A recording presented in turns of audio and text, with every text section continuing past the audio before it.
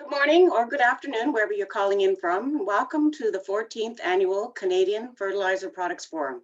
My name is Suzanne Beatty. I'm from Premier Tech, and I'm also the Vice Chair of the Fertilizer Canada's Products Committee, and I will be your moderator today.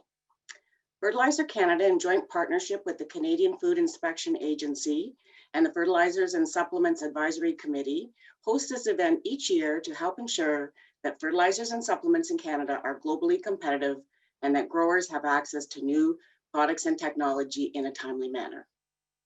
Our first CFPF session today is focused on soil health. The session will consist of presentations from Jim Tokorchuk, Soil Conservation Council of Canada, presenting a primer on soil health in Canada, Dr. Mario Tenuto, Department of Soil Science, University of Manitoba, speaking on soil health, and Susan Antler and Glenn Monroe of the Compost Council of Canada, speaking on a key to good soil structure and health. Throughout the session, our chat box is going to be available for participants to submit questions. We have over 200 participants registered for this session, so we look forward to a number of questions, but if we don't get to all of them, we will be summarizing any responses that aren't able to be given during the presentation, and we will send them out to participants. You can submit your questions anonymously or include your name and company, and we will download the questions and follow up with any that we may not have time to get to today. The sessions today will be recorded and sent to all of you who have joined. Thanks for joining us today, and special thanks to our presenters on soil health. To begin our session today, I would like to hand over to Jim Tokorchuk.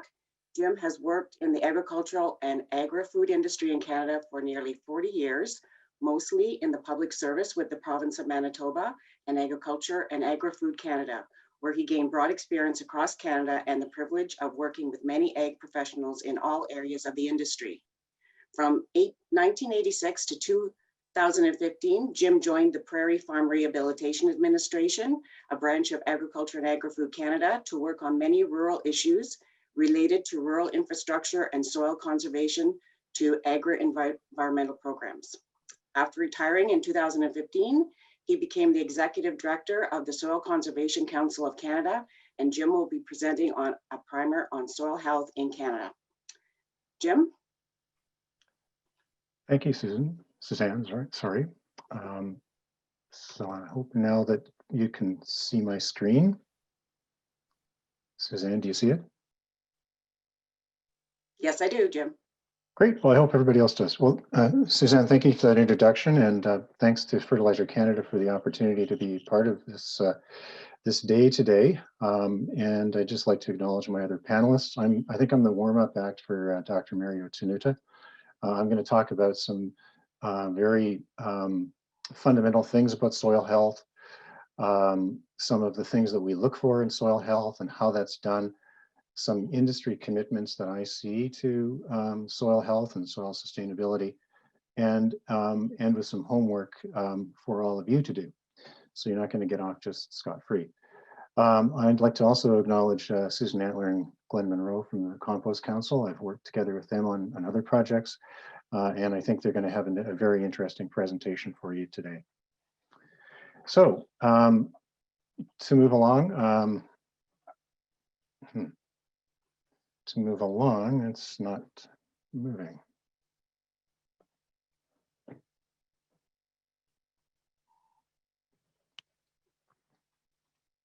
So Kevin, I seem to have an issue. I'm not able to change. Oh, there it is. I just didn't push it hard enough. So just a real quick introduction about who we are. We are the Soil Conservation Council of Canada. We are a national soil care organization. And that's our only business. We do work with many other partners who have interest in soil health across Canada. Canada is a lucky country. We're well known for the quality of our soils, and we also have a host of people who share that commitment with us. We look to provide leadership in the area of communications and encouraging sound public policy, and we want to work collaboratively with all those people I mentioned previously. Although we do call ourselves the face and voice of soil conservation in Canada, we're not an advocacy group, or we're not a lobby group, rather. We are a group that advocates for soil health. things we care about, obviously research that's aimed at ensuring the sustainability of Canadian soils. We want to try to influence that to make sure that that scientists have the benefit of what producers want and need. And so we try to provide some of that information to influence and bring about informed decision-making in research. Technology transfer is an area that's very, very near and dear to us. And apart from the words on the screen there, I'll come back to this later, but I think that the technology transfer system that supports agriculture in Canada is something that we really do need to take a good look at. It has diminished over the time that I've been in the business, and that's not my fault, but it is something that has declined, and I think we are suffering for that. We also care about policy. Policy is what makes the world go round, and we want to make sure that we're helping people in policy and decision-making roles, both in government and in private industry, with informed advice on directions for the future. And last but not least, public engagement is really important for all of us in the environment and conservation and areas of interest like that. We need to make the benefits, in the case of soil health, we need to make the benefits of soil health known to all Canadians. And really fundamentally, without more people involved, without public awareness, we're not likely to be able to make air and water, or make soil as important to air and water to all Canadians. And that's an important goal. So that's a really busy slide. This is sort of the fundamentals of soil health and why soil is important. And I encourage you to go back to this slide later. Between Mario and me, I'm sure that we'll cover all these points. But I just wanted to make one point to start with in this conversation about soil and why we're talking to you about it today. On the left side of your screen, there are three things that are important to realize. Soil is alive. There's many thousands and millions of live creatures in the soil. It's a live thing, and it needs caring just like anything else. It is disappearing or diminishing across the planet, and it's something that, and in Canada, to various causes or various reasons, we need to be careful about that. We need to think about what happens when we lose soil, and that it is essential, that we rely on it for many benefits that we'll cover as we go through today. So the FAO agrees. Food and Agriculture Organization of the United Nations is not just us talking to ourselves. There's text here that tells you that soils are essential for providing plants that we use for crops with nutrients, water, oxygen, and physical support. And that without that, most of the food we eat, 95% of the food that we eat, would be challenged. It's all 95% of what we eat comes from the soil. Why I think it's important is this slide. This is something that personally kind of keeps me awake at night. This is a slide, and there's various versions of this around, that shows you what's going to happen in time with the population of this planet. And that in the next 30 years, it's going to grow to something just over 9 billion people on the planet. That's quite an increase. So in the next 30 years, we're going to have a lot more people on the planet. We're going to have roughly the same amount of soil, plus or minus a little bit, productive soils to grow our food on. We're going to have increasing pressure on those soils because more people are asking more of it.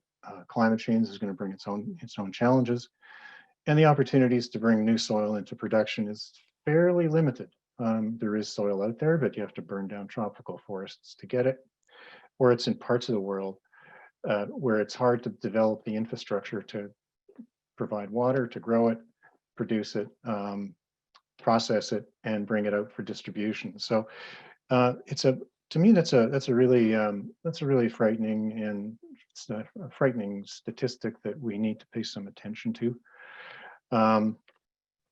and realize that we have a duty to ourselves and to other generations to look after the soil that we have, to ensure that it retains the resilience to meet all the challenges that we're going to see in the future, and that in 30 years from now, when my son's about to retire, that he still lives in a world where he has food to eat, and so do other people. So bringing us back to home, there's lots of people in Canada that think this is important, but I want to mention one in particular. That feels soil health is a very important issue. Senator Robert Black is the senator for Ontario from the Guelph area, and he's quite alarmed with the situation of soil health in Canada, and hopefully he is one of the leaders that will help us to move forward in the future. He worries about this being a scarce commodity. He worries about the damage that we've done to our soil resources in the past. And he's also worried about the cost to Canadians. And he quotes Dr. David Lobb, one of Dr. Tenuta's colleagues at the University of Manitoba, that every year we lose about $3 billion worth of from our economy because of soil degradation. Not a big number if you just look at it in 1 year, but that's going back in time and forward in time. And so that's a big leak in the economy, and it's one that's likely to increase. So we do have some leaders, we do have some people that feel it's important in Canada. In terms of defining soil health, just before I get into that slide, soil health is a little bit like human health. It's made up of a whole package of factors, a whole package of criteria, and by the time Mario's finished his presentation, you'll probably be a lot more familiar with what those are. But it's the sum of all those factors, and soil health is the same thing. There's lots of things that we'll look at in soil health. There's a lot of things we look at in human health, and if we dig deep enough, we'll probably find something that we can improve on. It also is sort of an interpretation dependent thing for people in agriculture. The words that you see below from USDA, Natural Resource Conservation Service, are useful and informative to people in agriculture. But if you're looking for soils to support asphalt on a parking lot, you're going to look at different criteria. But in either case, you want to make sure that that soil has the attributes that you need, whether it's for growing crops or for sustaining the weight of construction. So it's a big topic, and it's dependent on what you're using it for.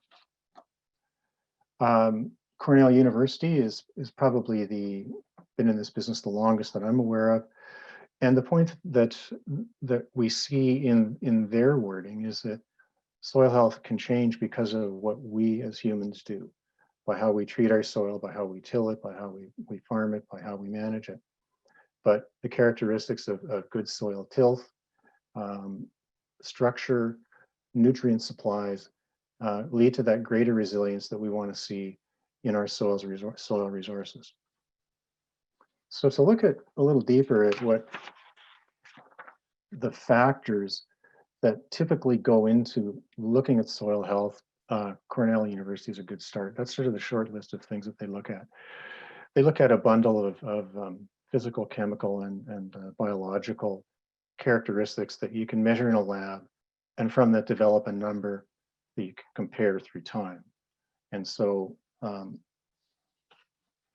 what they can produce, which I think is very useful, is a chart that gives you a numerical value on all of those physical, biological, and chemical characteristics. And there's more. I just didn't want to take up too much time on this, but they look at things like water capacity, how hard the surface is, or that tells you something about soil tilth, the stability of aggregates that allow moisture to penetrate and gaseous exchange. They look at organic matter, a very important constituent of soil and soil health, soil respiration, carbon activity, pH, nutrients of various kinds in that chemical section. So this is what you would expect to see typically when you get a soil health report. It gives you an overall score at the top, so you can go back to that same field in 2 years or a year or over longer periods and see how your treatment of that soil is affecting the overall health of the soil. And then if you look at the individual boxes, and this is sort of a stoplight arrangement, if you have consistently areas in the red where it's a lower rating than you want, you have to look at that. That's your management to see how you're affecting the overall health of your soil. So that's sort of what a soil health report looks like. Bring that home a little bit in a little simpler version. In Prince Edward Island, there is one that is offered. It's a pretty good example. It uses the same principles of chemical, physical, and biological factors that are measured in order to produce a soil health score. In that case, it's a bit shorter list, and these are truncated a little bit, but you'll see the same things again, but just fewer of them: texture, organic matter, active carbon, respiration of the soil, aggregate stability, and some of the nutritional aspects like nitrogen and phosphorus. So no big surprises there, but what you're seeing is some of those common characteristics that sort of globally reflect what soil health is. In Ontario, they do offer, among other things, they do offer a do-it-yourself kind of test that you can do without expensive lab materials, without submitting samples, and it gives you a proxy. So earthworms are a good measure of biological activity. So if you can easily dig up a shovel of soil and count the worms in that, and they have a number, it's 10. That tells you that's a good number to have. And if you're not going to dig, you can look at middens, or those little rings that earthworms leave behind them as they come and go. And in a square meter, 10 to 15 is a good number. So that's easy to do. That tells you something. Water infiltration tells you a lot about texture. It talks about, it'll tell you something about aggregate stability, pore space in the soil. And there's a methodology where you use a coffee can, something like that, that you push into the soil, put a fixed amount of water in it, and see how long it takes that to move through into the soil. And that gives you a repeatable number that you can look at over time. And soil compaction, you need with a little bit of experience, you can do that with a shovel, but there is an instrument called a penetrometer that you can borrow or buy to do that work with, and gives you an actual measurement as you push it into the ground. And the other simple test you can do is simply bury your underwear. And yes, I did say bury your underwear. And we in the Soil Conservation Council every year do a little demonstration. It's called Soil Your Undies. And we do like people to help people to soil their undies. And it's a very popular thing with school kids because it's kind of a cheeky treatment on soil health. But grown-ups do like it too. And here's a room full of adults. This is the before picture of their test. A room full of adults, grown-ups who run a municipal government somewhere in the prairies. And they're about to embark on a demonstration on their own farms where they're going to bury these white cotton underwear.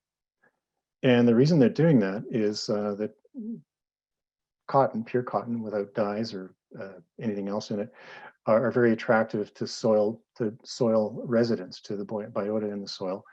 That's high in carbon, and it's like candy to them. So it gives us a proxy of how biologically active a soil is, and that is one of the most important parameters in terms of soil health. So this is a picture in the spring. You can see in the window there, there's I think it's an elm tree, no leaves on it yet, so this would be early spring. They're going to take these home, they're going to find a nice spot on their farm.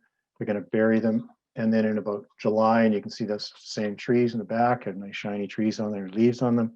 They'll come back in a couple of months later. These are the same people, the same underwear.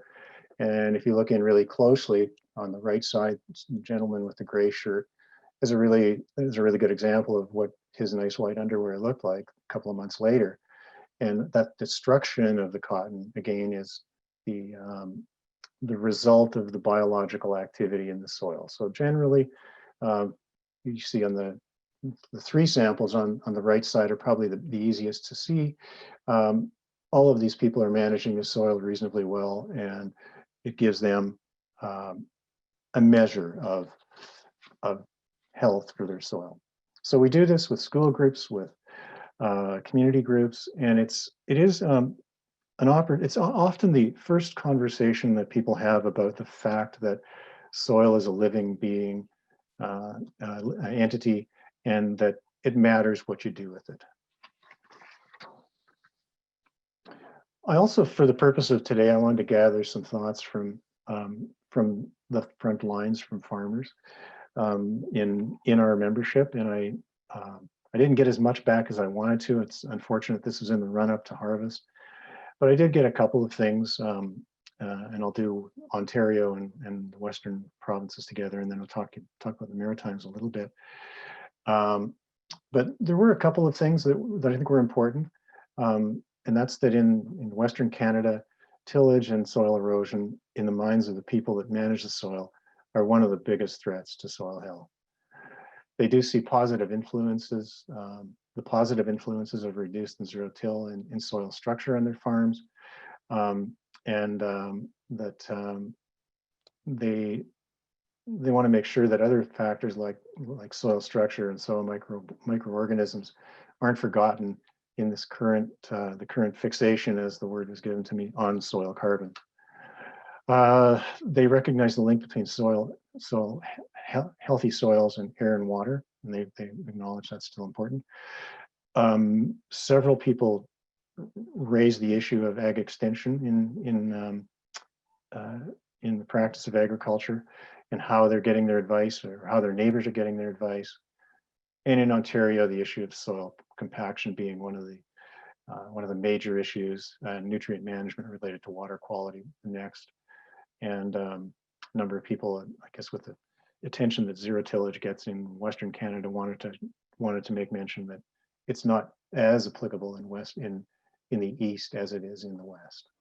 So a few differences that highlights that there's a few differences in the soil health sphere across Canada. In Atlantic Canada, again, generally the producers that are conscious of soil health, seeing the benefits of soil health, are seeing that in their production and their profitability. One of their great challenges is potatoes in PEI in New Brunswick, often grown on fairly light soils that are sloping, and that's a real challenge for them, but they are working at it. Nutrient management on low pH soils is a challenge. Some of the practices of soil health correction and maintenance, like cover crops, terraces, and permanent waterways, are helping to reduce water erosion for them. And the heads up to the 4R approach to nutrient management in dealing with some of the nitrate leaching in PEI. I have a couple of photos that accompanied this, and this is a picture of a field in Saskatchewan that was recently seeded, recently underwent some extreme tillage. Vertical tillage is what happened here, and then it was seeded, and then a wind came along, and most of the inputs, including the seed and the fertilizer and everything else, is somewhere to the left of your screen, and this field is fairly significantly damaged by this erosion event, and of course the loss of the seed and inputs means that the producer that's trying to grow a crop there has to go back and do it all again, and then someone's got his stuff on their field. As a counterpoint to that, here's about the same time of the year in about the same part of the country. This is winter wheat coming up, winter wheat seeded into canola stubble. And so some of the fundamentals of soil health and conservation you can see there. Number one is keeping cover on the soil. Number two is keeping some green growing as long as you can. And number three is making sure that there's always growing roots in your soil. So there's a very big contrast between what neighbors are doing. And those are, again, the last shot and this shot are very close together.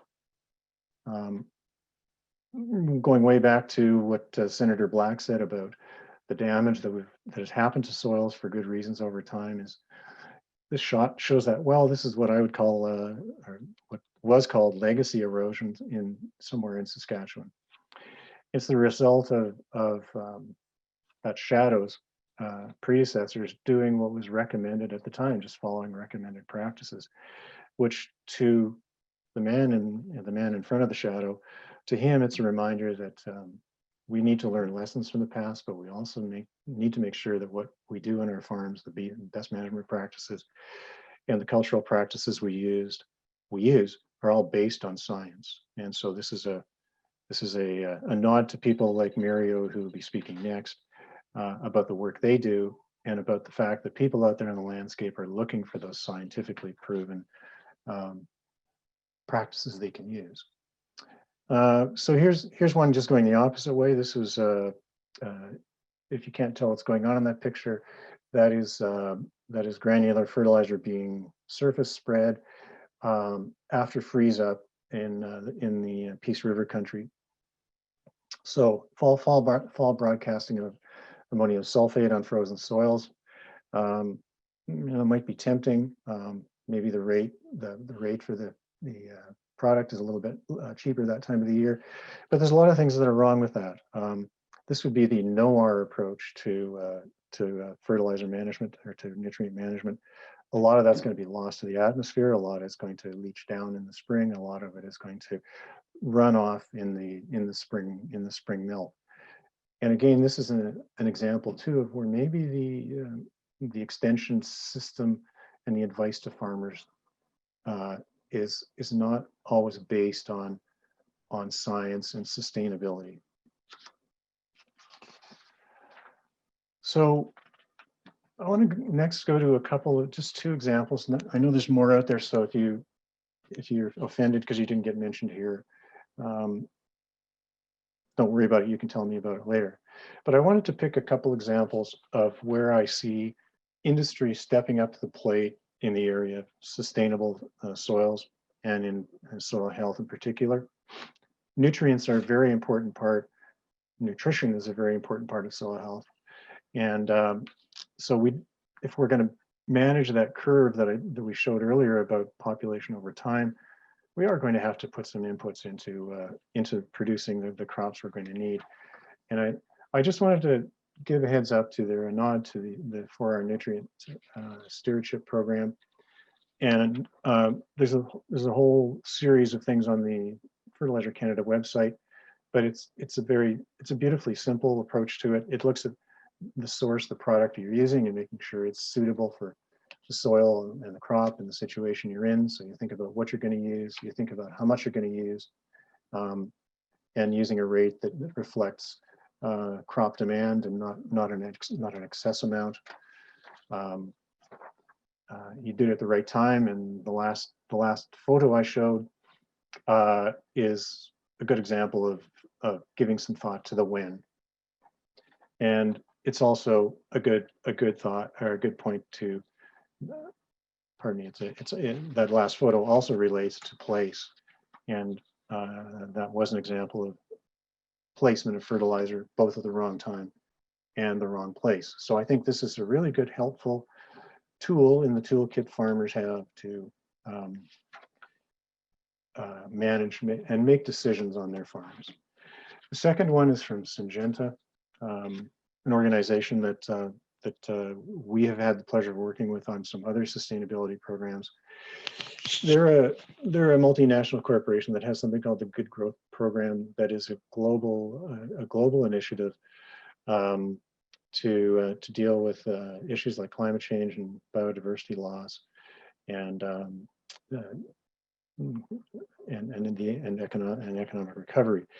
Their new Good Growth Plan, I'm not going to spend much time on it, has 4 commitments: innovation, carbon neutrality, helping people stay safe and healthy, and partnering for impact. And the one I want to just talk about quickly is striving for carbon neutral agriculture, because this is where soil health shows up. So this is an example of a corporation, Agri-Business, that wants to be able to touch and help improve biodiversity and soil health on 3 million hectares globally every year. So it's an ambitious number, and I wanted to point that out because I think that those are 2 examples of where industry is in different ways, is putting a dog in the fight of soil health, so to speak. So, bottom line is that soil health matters to us all. It should. We rely on soil for a whole bunch of things: feeding, economics, cleaning our air and water, supporting biodiversity, that lovely rural aesthetic that we all enjoy when we drive through the country. It's got a big part to play in climate change, and Glenn may talk about that later, and many other benefits. And I think you should probably think about that a little bit and add your own to my list. And so here's my ask of all of you. And I know I'm pretty close to out of time, but I want you to do something, and I want you to send it to me. I want you to take 5 minutes and think about where soil health affects you personally and professionally or financially. And if it doesn't, then give me a call, because we need to talk about that. It does affect you in one of these ways or more. So take 5 minutes and just think about that while you're flying home or driving home or sitting quietly somewhere. Take another 5 minutes and think about how you can integrate soil health into your business, into your world, whether it's in your garden, in an urban setting, on your farm, or in your business. Where can you change what you do to reflect soil health and its importance to all of us? I want you to write it down. It's important. It's important that you, even if you stop there, if you just write it down, that builds awareness in you. But what I want you to do is send it to me, and I want to collect these, and I can use them. I can report back to you if you wish, but I want to see, outside of my view of what we can do about soil health, what others are thinking. I want to see your innovation. So take action by doing this as a start. It's really urgent. So there's where you can reach me. It'll be on the record. You can contact Allison or Fertilizer Canada. They know how to find me. And I would really like to hear back from you. And if you have any other questions or suggestions, that's how you get to me. So I think I'm out of time. I'm over time, so I apologize for that, Suzanne, but I'll stop there and entertain questions. Thanks, Jim. It was an excellent presentation. I didn't want to interrupt it. I'm sure there's lots of information there for people to absorb. We do have some questions coming in. Some of them are coming in on chat or Q&A. Either one is fine. I'll go back and forth between the two of them and make sure that we capture the questions. Jim, we did have a question here about your Undy research. They wanted to know, Kelly wanted to know what time duration was the Undy project and how long were they in the soil? Oh, thanks for that question. We've been, well, using cotton as a test for soil health has been around a long time. There's been actual science done on that by European scientists. It's been around in Canada for about 10 years. Innovative Farmers of Ontario got it started, and we incorporated it into our business about 3 or 4 years ago. And we do it in conjunction with Soil Conservation Week, National Soil Conservation Week in Canada, which is the third full week of April every year. And so in terms of how you do it, go to our website. There's a bunch of instructions there, soilcc.ca. But we put it in the ground in the spring as soon as you can do that, as soon as the ground is thawed, and you want it to be warmed up a little bit so those little microbes aren't freezing to death while they're trying to eat your cotton. We leave it there for 6 to 8 weeks, and then we go back and dig it up. Okay. Thanks, Jim. A question from Mark Trossel. Hi, Mark. What are your suggestions on how to get farmers to have a greater involvement in soil health? And I think this will probably have to be our last question before we go on to Dr. Tenuta. But please continue to send in your questions and we can follow up at the end following all the presentations. So if I've got the question right, Suzanne, it's how do we get farmers more interested in soil health? Mhm. Right. Um, well, I think the first part of the answer is that there are a lot of farmers that are very interested in soil health. So we have a base out there. So that's step one is let's acknowledge the people that are practicing soil health and soil conservation because they're probably the best way of spreading the word. So that's step one. Step two is I think we need to be able to offer them support. Society needs to offer them support in a couple of ways. And one is to make sure we are giving them um, scientifically sound advice that is suited to their own needs on their farm so that you can actually do it. Don't ask them to do something ridiculous. Ask them to do something that they can do within the confines of their own farming operation. Um, and number three, I think, is to acknowledge the contribution that farmers who are doing this are making to society in terms of climate change, in terms of safe and reliable food, and really make sure that we make that acknowledgement.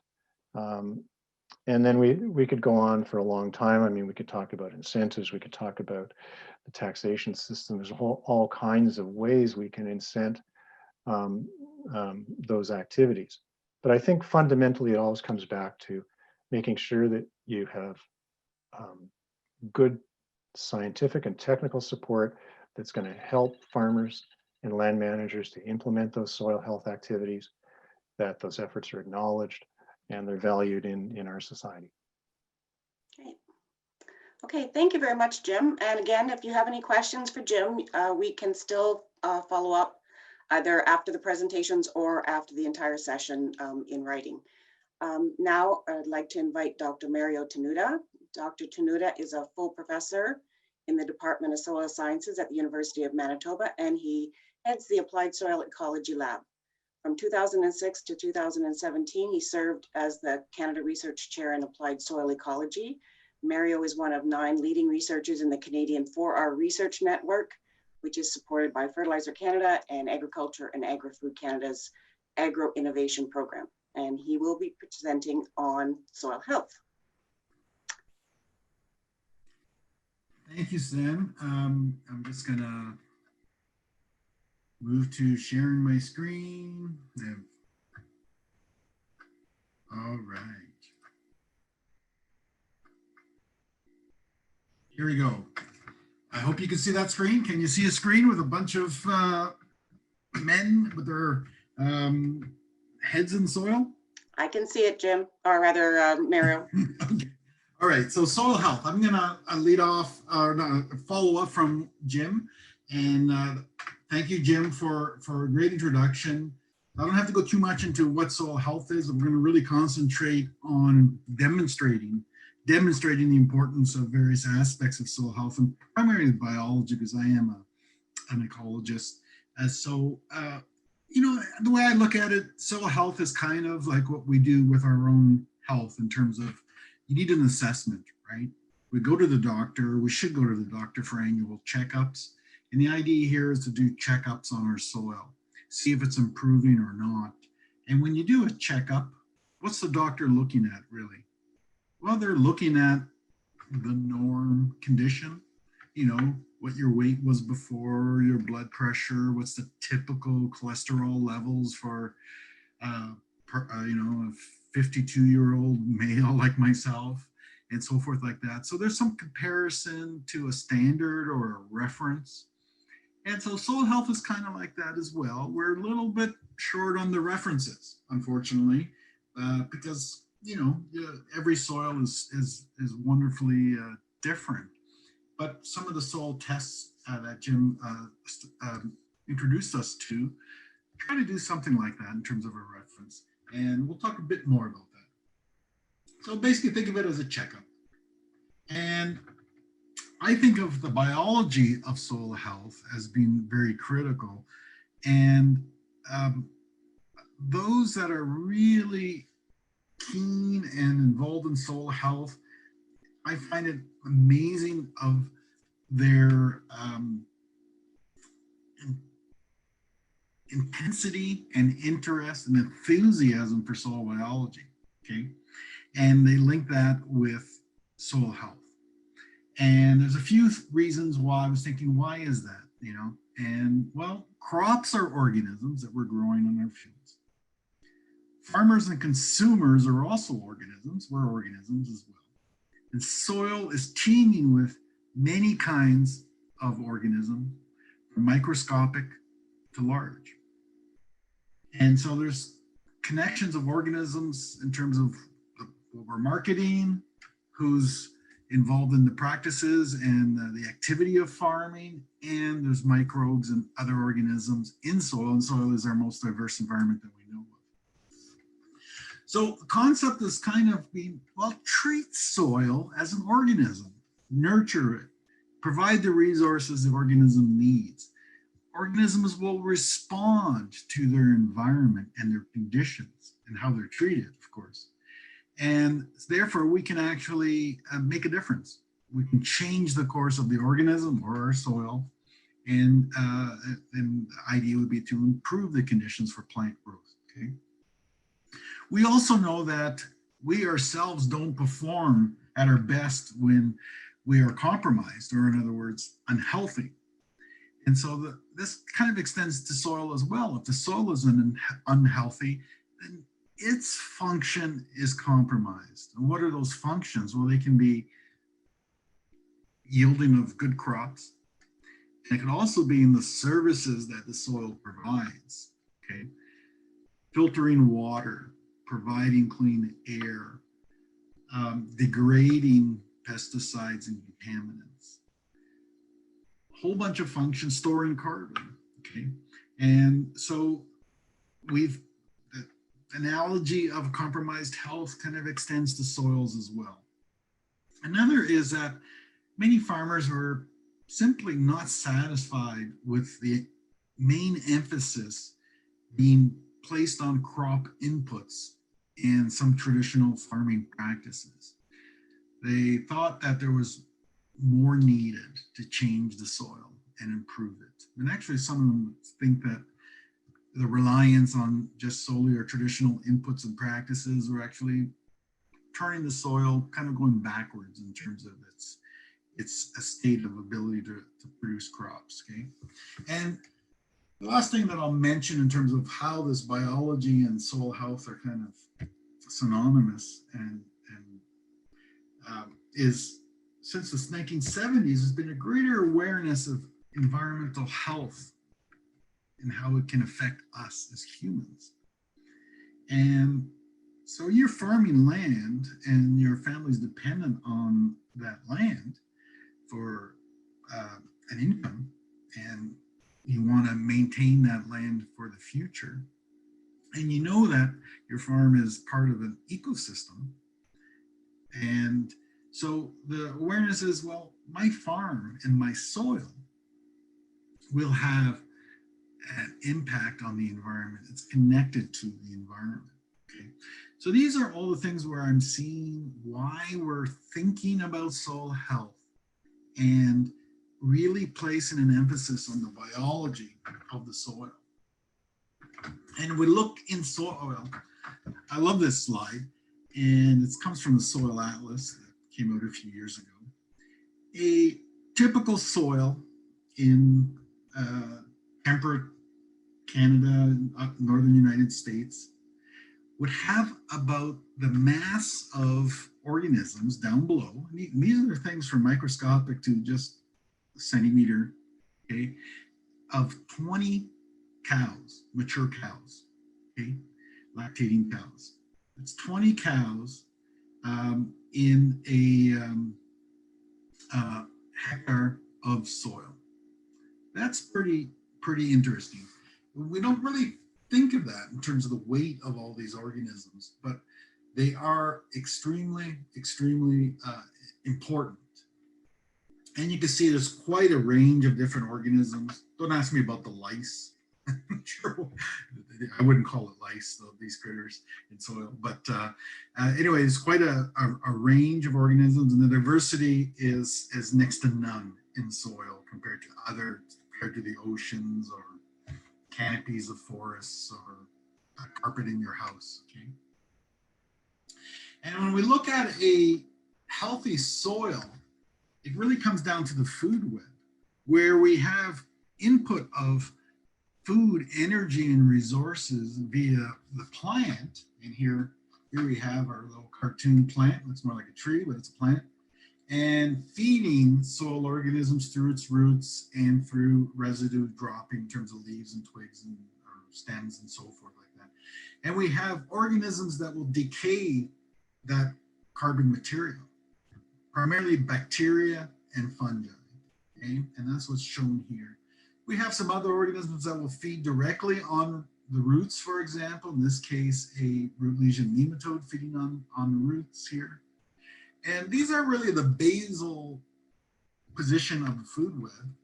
And then these organisms become food for other organisms. So we start having feeding exchanges, predator-prey exchanges in soil, where we have this level here feeding on, in effect, the herbivores or the organisms that are chomping on plants directly. Now we have organisms chomping on the things that feed on plants, okay? Various kinds of nematodes. There's the bacterial feeding nematodes, fungal feeding nematodes, protozoa feeding on bacteria, springtails feeding on fungi, tardigrades feeding on various things, including nematodes, and then organisms feeding on those. Fungal trapping nematodes, mites, carnivorous nematodes, and then things feeding on those and others in the food web. Earthworms ingesting soil and whatever's in there that they can digest, they'll feed on. Omnivorous nematodes, centipedes, millipedes, and so forth. That's a healthy food web where we have this cascade of energy from the plants going to higher, what we call higher trophic organisms. But in an unhealthy soil, we get a truncated food web. We get a food web that is absent or missing those higher trophic organisms. It's kind of like losing the lions, losing the eagles, the bears, the top predators in the food web. And many of our agricultural systems look like this, especially our most disturbed environments with high amounts of tillage, low organic residues, low plant diversity in the growing. So we can recognize this. And so biology is, the question is, what's the impact of this? And there are tremendous ramifications for this. We're going to talk a bit about some of these, but not all of them. We're just going to touch the surface. Okay? So the first thing we're going to go onto is about soil organic matter, soil organic carbon. Here's a picture of a nice glade humic vertisol in the Red River of Manitoba. We're blessed to have this high organic matter soils in our shrink swell clay soils. Here's Brad about the sample greenhouse gases during thaw and in the early spring. And give you an example of the impact of addition or inclusion of perennials. This is at Martin Entz's long-term crop rotation management study, where having a grain-only rotation had lowest organic matter after about 18 years of production for the site.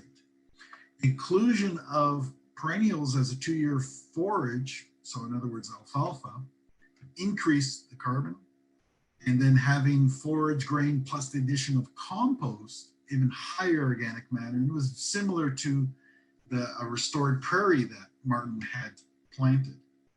And so this shows a classic example of the power of perennials. And we're going to get more back to this, okay, in terms of higher productivity and introduction of carbon, higher root mass and root depth and turnover, and the lack of disturbance during that perennial phase of 2 years, okay? All promoting the buildup and stabilization of organic matter. So we can have a tremendous effect by the crops that we choose on organic matter. And the soil organic matter can have a tremendous impact on our productivity. And in this case, in terms of disease, in terms of a very important disease for potato right across Canada called potato early dying, caused mainly by a fungus and also by a nematode. And we did this is actually the very first research I did in 2003 coming to the University of Manitoba. And we did a survey of farm fields, and the higher the organic matter, the lower the disease in commercial potato fields, okay? And I could show you dozens of examples, not just of disease, but of yield, quality, nutritional composition of grains and fruit and various things based on the organic matter levels in soil, okay? So there's nothing that you can do better for your soil in terms of improving it than increasing the soil organic matter level. So soil organic matter becomes a crucial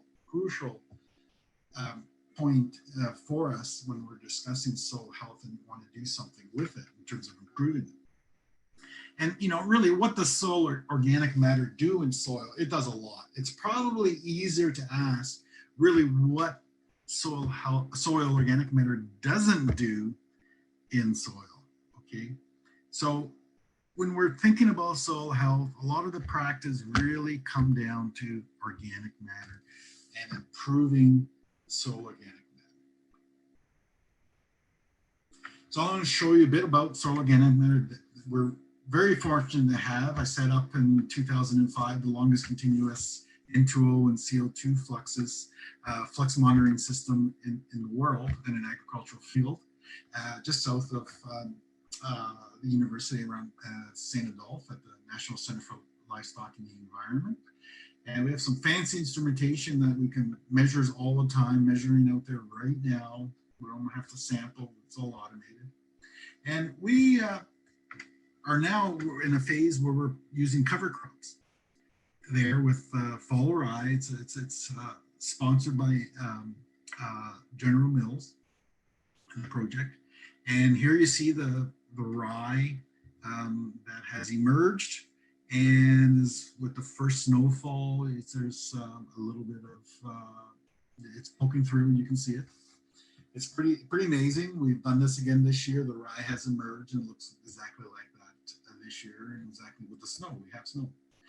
And here are the two fields that we applied the rye in terms of fall seeded, and you can see it, that it took and grew. And here are the two fields that we're also monitoring gases, and we didn't plant the rye. So let's see the impact of that rye. In terms of aerial image, we can see that you can see the rye influence here. This is actually on the oats. So this is drone imagery using red edge infrared imagery of the oats growing the following year after we, the following year that the rye was established, we terminated it in the spring and then planted oats. And on the left side, the oats are growing a little bit faster actually than on the right side. And it's because the little bit of slower emergence of the oats from the dead rye. There's no impact on the yield though, in the end between the rye and no rye cover. But there was an impact on carbon, and this is spectacular. I love this.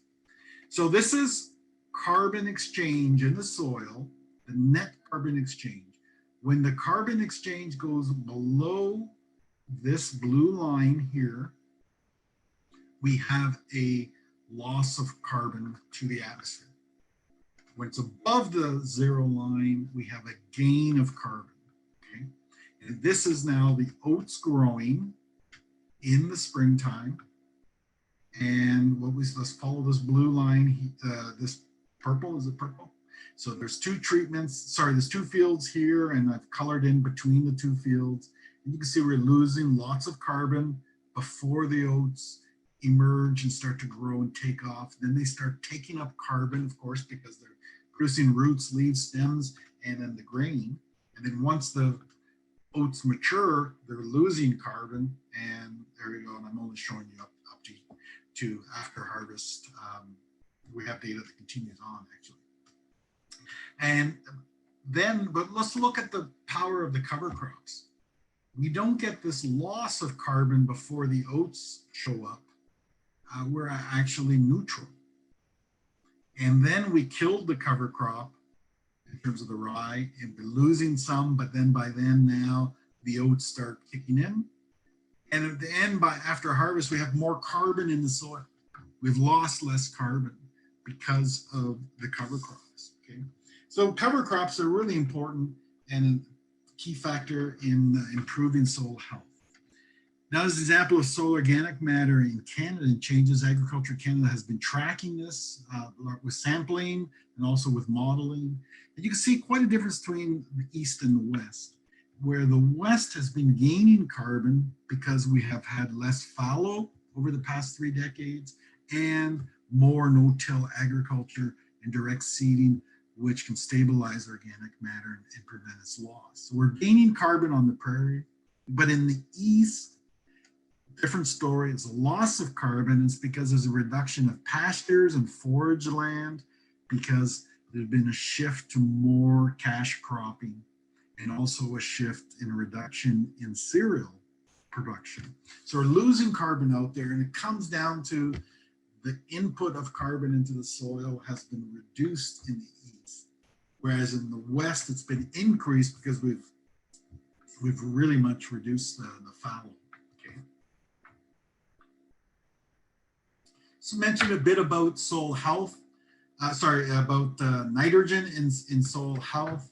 And we're thinking about the nitrogen cycle of mineralization of nitrogen, nitrification to nitrate, and crop uptake of that nitrate. All that cycle is mediated by organisms in soil. Decomposers of the plant residues, and then organisms feeding on those decomposers, and then releasing nitrogen from their bodies as, in effect, as a waste. Okay, and this really illustrates where in soil, where we're looking at, can measure microbial nitrogen. So this is the nitrogen in bacteria and fungi. As it goes up, the amount of mineralization in soil, the release of nitrogen, also goes up. And the reason being, we have predator and prey relationships in soil where the bacteria and fungi are being eaten by other organisms, and then they're being eaten by other organisms. And what ends up happening, just like you and I, when we eat, we have to excrete out our excess nitrogen. And most of the nitrogen we don't need that we consume. So we eliminate it in excrement. Same thing happens down below, okay? And so we want those trophic structures, and we want organisms that are thriving, turning over, growing, dying, feeding on each other. We just don't want them to grow and not die. We actually need the organisms in soil to die. It's really, really important. And that's part of a healthy soil, is having high microbial activity and high trophic levels. Let me give you an example here of bacteria in soil. This is, again, more of our work, just south here of Winnipeg in the River Valley. Treatments of solid manure, dairy manure, solid pig manure, urea, and no fertilizer in terms of nitrogen added at all. The urea and no fertilizer addition had the same assemblage you see here of bacteria in the soil. The solid dairy and solid pig had a different assemblages of bacteria. Okay, this is though in the springtime before we planted our crop. And once we planted our crop, here's the urea treatment, the no nitrogen, here's the dairy, there's the pig manure. But as we proceed through the growing season with wheat growing, the bacterial assemblages converge. They converge here. Okay, that means the species converge, and they become similar regardless of the nitrogen amendment.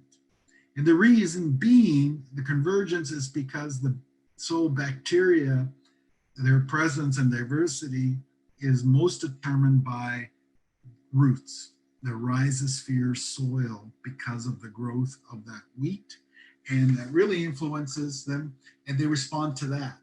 They're not responding now to the fertilizer treatments, but rather to the impact of the roots. And it's the power of the roots, the power of the area around roots called the rhizosphere, which really impacts the assemblage of soil organisms. Okay?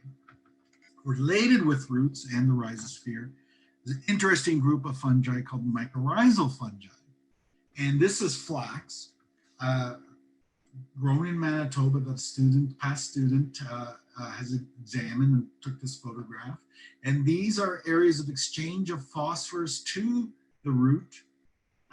This called our buscules here. And this is, in dark here is the fungal hyphae as well that would extend out into the soil, okay? And what we've been finding is, and many have found this, we're not the first and we won't be the last, okay, that tillage decreases the activity of these fungi and their association with roots. So under minimum tillage, we have an increase in the colonization of those roots by these fungi. And preceding crop has an impact. 2 or 3 years was significantly impacted by having canola grown the year before.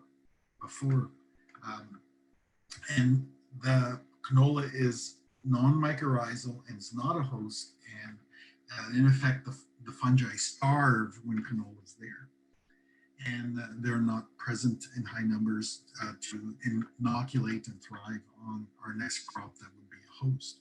Well, the implications of this are important because mycorrhizal fungi assist in phosphorus acquisition and uptake by crops. So how we treat the soil, either by tillage or the crop rotation, impacts the servicing fungi in soil.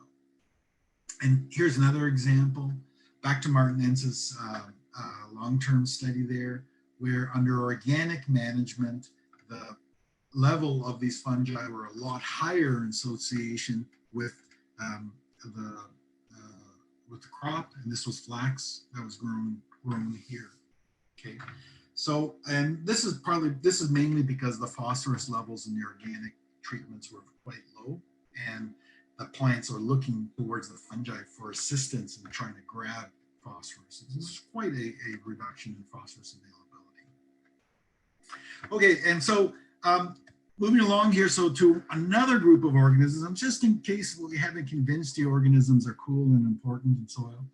Looking at nematodes, these are roundworms in soil. They're small, they're about 1 millimeter to 2 millimeters in length. Most of them are very beneficial in soil. Some of them are bad for being herbivores and harming plants. But we can identify the nematodes by their how they look, and also by using DNA. But their mouth structure tells us what they feed on. Okay, the ones with these little pins like this that are quite big are plant feeders, so they can poke these into roots and feed on them. The ones with a mouth like this, well, they feed on other organisms. These are carnivores and predators that use to suck other organisms into this mouth and rip it apart. And looking at the assemblage of these nematodes, we can, in Manitoba, decipher potato rotations, commercial fields with potato rotations, fields and field crops, fallow, prairie or grassland sites, tame hayland, manured or unmanured, based on the assemblage of nematodes. I can't go into the detail here. I'd love to in terms of how we do this, but it's basically reconstructing the food web based on the nematodes, because they feed on so many different organisms, and the presence of their prey will determine their levels and population, right? So very interesting. The organisms do respond to practices. And so the concept is that we can build soil health fairly quickly with change in practices. So let's talk about how we measure that. Now, Jim did an excellent introduction to this. So how do we do soil testing? There's a couple of my people at work. Well, the Cornell test, which is now called the CASH test, measures various biological, chemical, and physical properties of soil. And it's really the kind of like the gold standard or the model, the framework that most areas, jurisdictions, laboratories are following and providing a service. Okay. There are other tests. There's the Haney test, which has more emphasis on soil chemical and nutrient indices and availabilities. Very, very in-depth in terms of like the chemistry and nutrient availability. So the Haney test is available out there. I have no experience with the Haney test. The Woods End with Solvita have a test as well, and again, chemical and biological indicators, and a lot of the biological are involved with determinations of carbon dioxide respiration from soil, more respiration, more healthy soil. Amino acid nitrogen, which would be an indicator of nitrogen mineralization or nitrogen release from soil. Okay, our standard nutrients, some standard nutrient tests as well, phosphorus availability, pH, EC, things like that. Okay, so and you get a soil health score here. Okay, now what's that in reference to?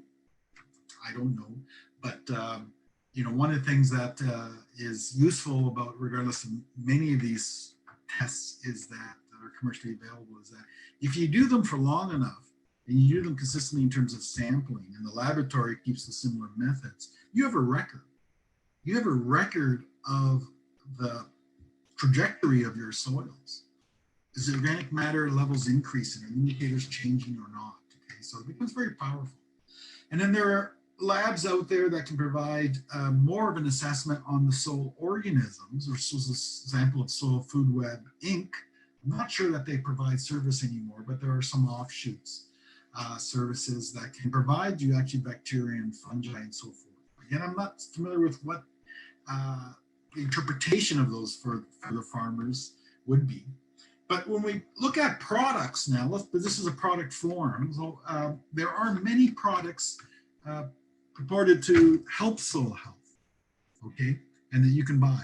Compost, either make it yourself, purchase it, disease suppressive microbial inoculants, nitrogen fixing microbial inoculants that are non-nodule forming bacteria, desolubilizing bacteria, shellfish hydrolysates like from lobster and shrimp and so forth like that, the beaten, chopped up, mycorrhizal inoculants, kelp as a crop stimulant, compost teas as a crop stimulant, and disease suppression, diatomaceous earth from diatoms, biochar, humates, and there's more, okay? Now, the problem with a lot of these products that are marketed now is the lack of studies that are robust and peer-reviewed. So there's a lot out there, and this is a products forum. So there's a lot of out there, and farmers are bombarded with options. And the soil health farmers who are interested in soil health are looking for assistance. A lot of these are related with biology, changing the biology or adding biology to the soil. So it kind of naturally is harmonious with the idea of soil health, which is so biologically centered. I want to push out there, we need the data and more research on these so that the good products really come forward, okay? I'm going to show you in terms of addition of compost, a graduate student here, Oscar Molina, showed that adding compost increased yield of russet Burbank processing potato, okay? And yeah, it's just 2 years of addition of compost and did a wonderful trick on increasing potato yield. So it works. It's partly because with compost, it's increasing organic matter. There's also nutrients in the compost. And so, you know, adding things to soil as products could work, in this case, compost.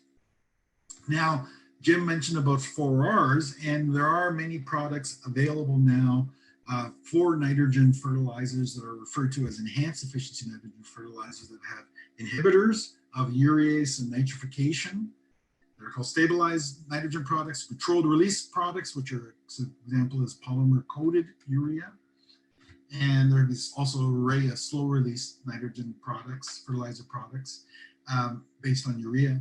And these products can work to reduce nitrous oxide emissions. So N2O is a ferocious greenhouse gas. Here's an example, Super U, which has a nitrification inhibitor in it, or Entrench, which is an additive to urea that's a nitrification inhibitor. Really restrict the emissions of N2O, almost by half.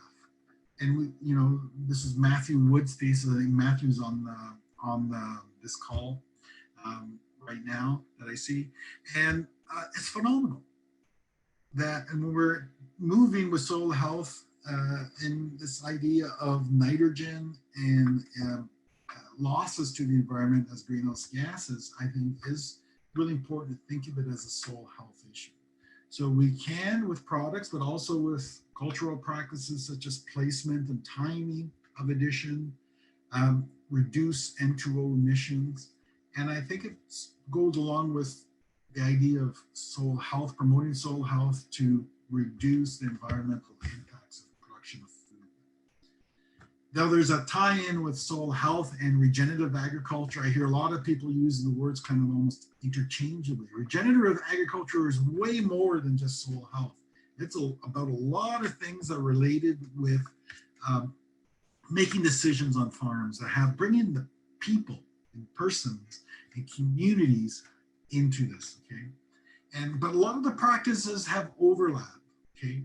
In terms of integration of animals and grazing, conservation farming and no-till agriculture, using cover crops, compost, polycultures, or increasing diversity of crops, and use of perennials. These are overlaps, okay? But I'm finding interestingly that as we move on in time, regenerative agriculture and soil health are kind of merging, at least in a lot of people's minds, but they are different. Regenerative agriculture is way more broad and holistic. So just to wrap up now, the principles of soil health, okay? So your take home here for the test on this: cover soil with plants, minimize disturbance, integrate livestock and grazing. And the idea here is this, because it's in perennials and we can have more roots and turnover and depth of the roots to build soil organic matter. Use diverse crop production systems in terms of polyculture, good rotations, including cover crops, which is increasing diversity. Maximize root growth, presence, and turnover. We're learning more and more that this is really critical. We used to think that above ground residues was the most important, but it really comes down to roots and getting those roots to die and grow again as much as possible over the year to build organic matter.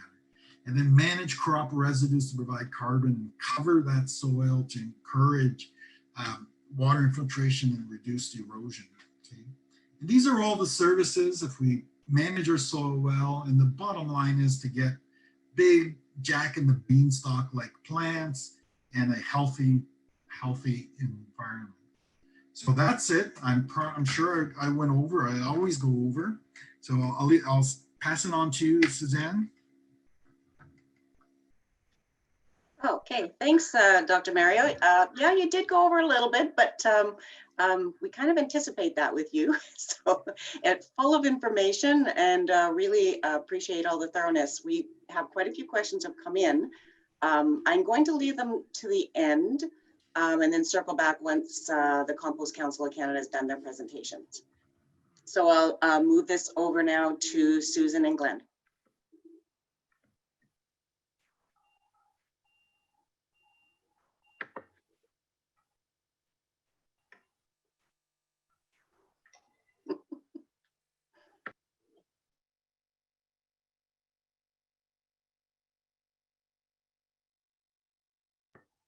Sure, if you can.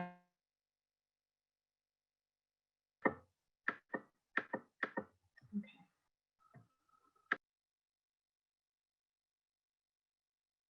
Do you unmute me? How are we doing? Can you hear me? No. Susan, I can hear you. Okay, very good. Okay, well, thanks a lot, Suzanne. And thanks very much to the CFI, Canadian Fertilizer Institute, the CFIA and CFPF. We really enjoy being part of this annual conference and applaud everyone to head into the world of virtual. Before my colleague Glenn Monroe speaks, I wanted to give you a bit of a background in terms of who the council is, as well as the work that's happening in terms of organics recycling across Canada. So in terms of who are we, the Compost Council? We're a national nonprofit organization dedicated to the advancement of organics recycling and the return of organic matter back to our soils. We've been in existence for almost 30 years.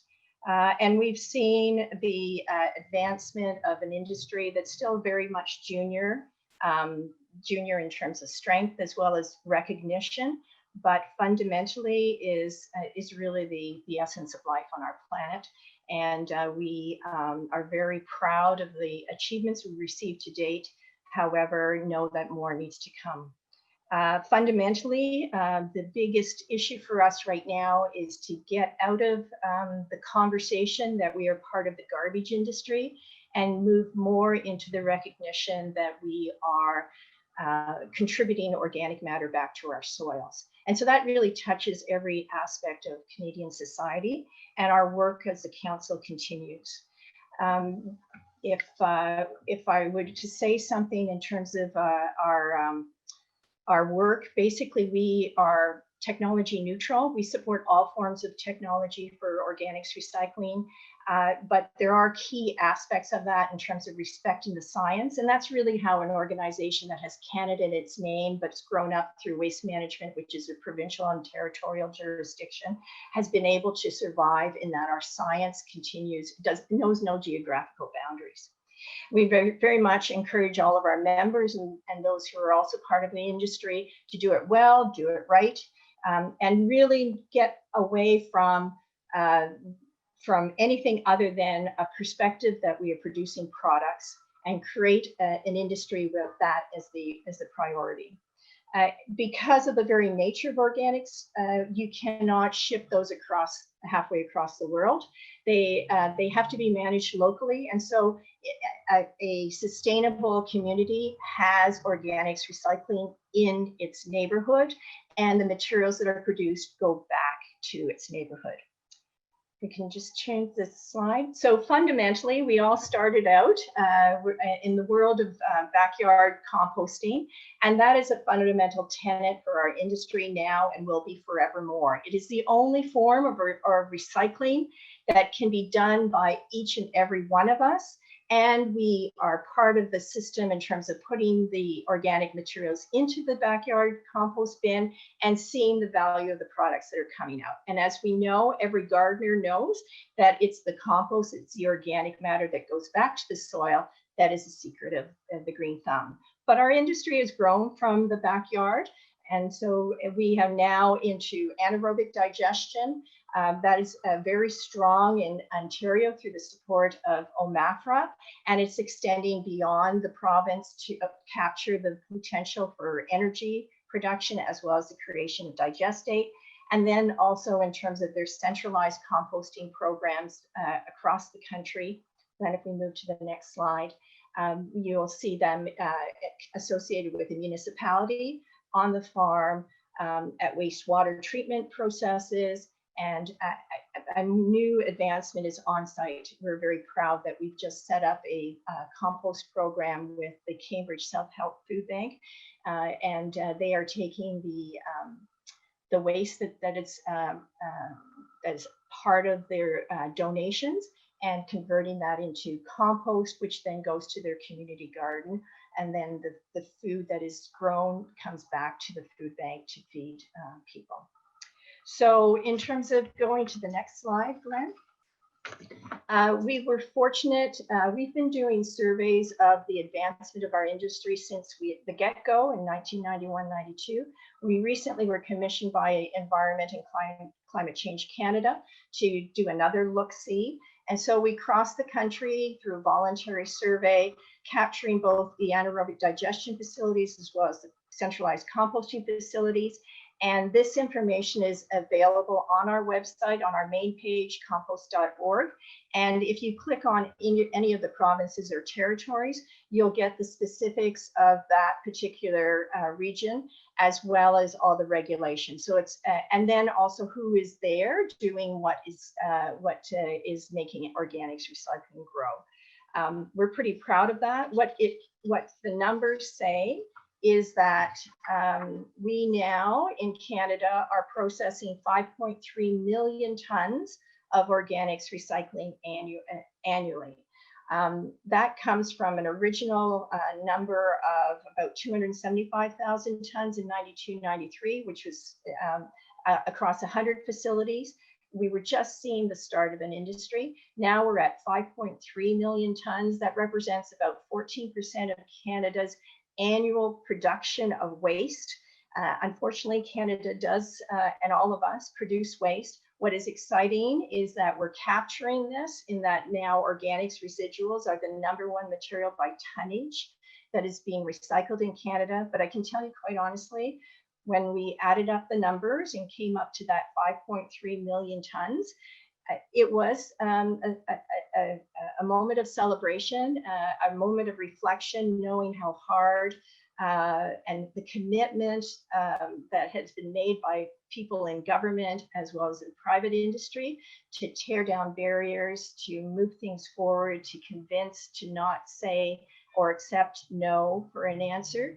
But really, I was incredibly, as much as I was thrilled about it, and I was a founding member of the council, and so to remember back to the people that first began the council, I was also disappointed because that 5.3 million tons, which represents about 2.5 million tons of organic matter going back to our soils, only represents 30% of our potential.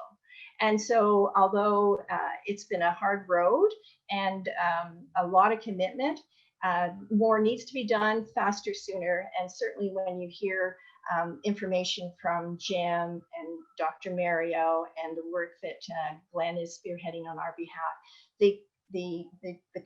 we need to be more compelled to do it faster, sooner, no excuses. Next slide, please.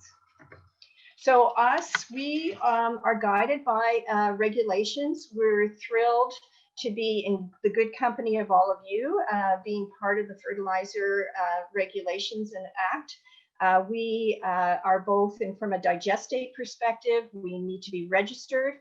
From a compost perspective, we are under Schedule 2. In addition to the federal requirements, if we go to the next slide, we are also, because we're considered using waste, we also are impacted by waste regulations in all the provinces and territories, and the CCME, the Canadian Council of Ministers of Environment, work together and thankfully also harmonize with the CFIA as well as voluntary industry standards to put together guidelines for compost quality. Some of the provinces and territories accept it as is, other provinces adjust it, but the fundamentals are the same. Next slide, Jim. So ultimately, it's all about consumer trust. And it's a matter of, that's where that hard work to go ahead and create that first sale of your products is rewarded through good performance so that you can then see the 100th sale happening. And in terms of consumer trust, if we go to the next slide, Glenn, we didn't feel that the regulations that were created for us from a federal and provincial territorial level were good enough, because it really only focused on environmental health and safety. We needed to get into more what the ultimate purpose of our product is, and that is providing agronomic value for its return to the soil. So we, with the support of A&L Canada Laboratories, our team at the council and our members, created something called the Compost Quality Alliance, which not only tests for the government requirements, but also goes to looking at the attributes of the compost and making sure that the right compost is used for the right application. This program now encompasses about half of the amount of compost that's produced every year, and we're soon to be extending that to digestate as well in terms of the quality standard. As we've developed and moved farther and farther away from a conversation about a garbage alternative, we've been focused more and more on research and focused on working with those who are using our products. And so one of our studies that we did through the leadership of the region of Peel, our members, our compost facility members in Ontario and OMAFRA, led by Christine Brown, was that we did a 3-year study with about 14 farms in Ontario. 300,000 tons of compost was donated by our facilities and applied on these lands. And Christine spearheaded the research. So this study is available on our website, again, compost.org. We go to the next slide, Glenn. You can see that there's all kinds of good information that just makes everyone happy to read. And then we go to the following slide. And this is the beginning. And I just want to quote this because what we did, not only did we do the research, but we also interviewed the 14 farmers to get their perspective. Quite honestly, one of the key learnings on this, and it does get into the whole issue about policy, and that's why we're really thrilled that we have an ever greater relationship with the Soil Conservation Council of Canada, and we hope also more and more work to be done with CFI, is that one of the issues is how do you get farmers to want to be, even if they want to move forward with soil health, it takes time to reverse current practices and for the soil to reverse the current trends. And so one of the challenges is that in Ontario, apparently about 40% of the farmland is actually not owned by the farmer that's farming that land. So how do you motivate a change in long-term activity with the issues of short-term requirements in terms of money or leases? But in terms of some of the research, I'm going to just quote this because this was one of the farmers, Wayne Cunningham. And in terms of his observations, it was that worm activity is extreme now. There are literally thousands of worms. Water retention and soil health are better. The soil smells better. And if it costs me $20 per ton to get compost to my field, it's worth $15 to $18 for the nutrients. But I also get better moisture retention and microbial activity. I'm not sure how you put a value on that. And so that's one of the challenges for our council and for government policy folks to help manage the transition from short-term to a long-term approach on managing soils. So in the next slide, I'm going to just take you over to Brandon, Manitoba, where we, thanks to the government of Manitoba, we were able to do a 5-year study. Again, that whole time frame, compost can't turn things around in a year. We need time.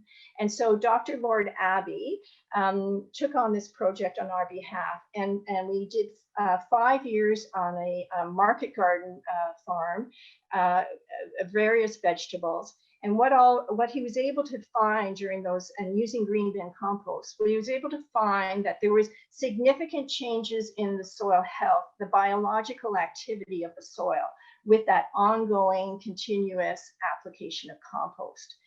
What is very exciting, we think this is worldwide leading edge material that we're going to be announcing pretty soon. Next slide. Is that you can see the visual differences in terms of compost, annual application of compost versus not. Next slide, Glenn, please. Is that Lord Abbey, Dr. Abbey, he not only went ahead and tested or tracked the crop productivity, but he went into the vegetables and looked at the nutritional value of the crops grown. And the numbers show that the addition of compost, organic matter, and the health of the soil bumped up the nutritional value of the crops. And so we're pretty excited about this because not only do we have a carbon health and a soil health story, but there's a direct link with human health in terms of greater nutritional value of our crops when you use compost. Next slide.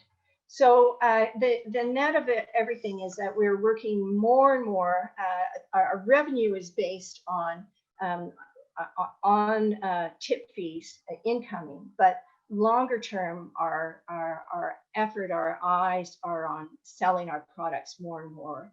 And so we've been fortunate to have the support of folks like Andy Graham from the Ontario Soil and Crop Improvement Association, Jim from Soil Conservation Council of Canada, Clyde Graham from CFI, and we were able to put in a grant and develop a program to do a soil health, a primer on soil health, on biology targeted at farmers. This program started in Ontario and we've since moved it out. We're very fortunate to have Glenn on our team. And so the compost is just one addition. We're not the only, but we're one of the aspects, as Dr. Mario said, in terms of the types of products that can add soil health. Next slide. So from a farm base, we have a number where we actually get farmers to bring in soil from their land, and we have microscopes where they can look at the health of their soils from the biology of what's going on. We have a workbook and an audio version of that. Fortunate to have Rod Black from TSN to do that for us. And now we've also, next slide, Glenn, please, is that we're moving into consumer. We have a great relationship, and that really is the essence of a small organization, is partnerships. And so we've been very fortunate to have an ongoing long-term relationship with Communities in Bloom, and that's also coming in with Nutrients for Life.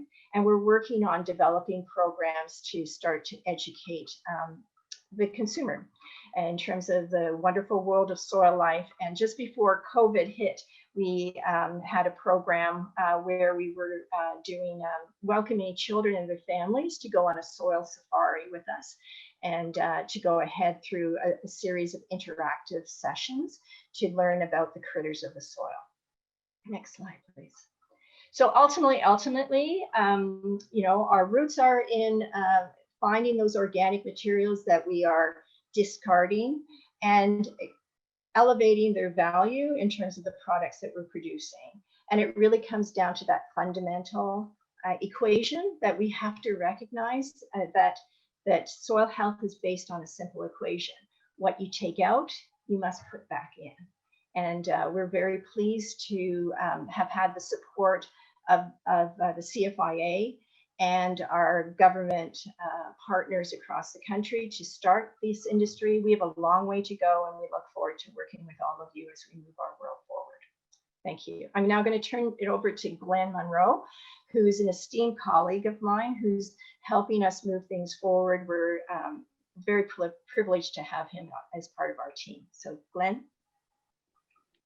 And just before you start, I wanted to just give a little bit of an introduction to both you and Susan and the Compost Council of Canada, to those that may not be as familiar with it. The Compost is the national nonprofit organization which has been dedicated to the advancement of organics, recycling, and the return of organic matter to the soil for the past 30 years. And I think it was an important comment that Susan made, that we have to stop thinking about compost in the category of garbage and as being part of an important part of soil amendment and soil health. The council has spearheaded standards, supported regulations and guidelines, established training, advocacy and awareness programs supported by organics, recycling, and soil health advocates and program leaders across the country, which you heard about there in Susan's presentation. Susan is a founding member of the Compost Council, and she acts right now as its executive director. Glenn has been working in the environmental field for more than 30 years, and he has authored several publications, including a vermicomposting manual for farmers that has been widely distributed globally.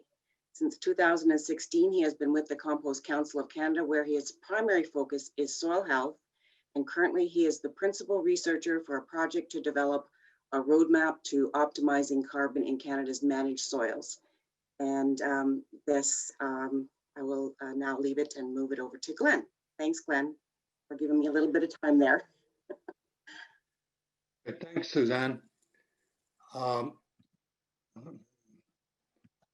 moving my forward again. This happens every once in a while. Just a second. I think I have to move into.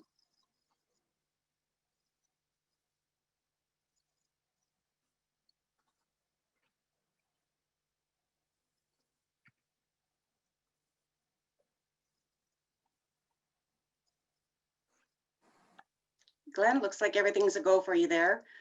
Your But slides are showing and I can hear you. Okay. For some reason it wasn't responding to me as I was trying to move the slides forward.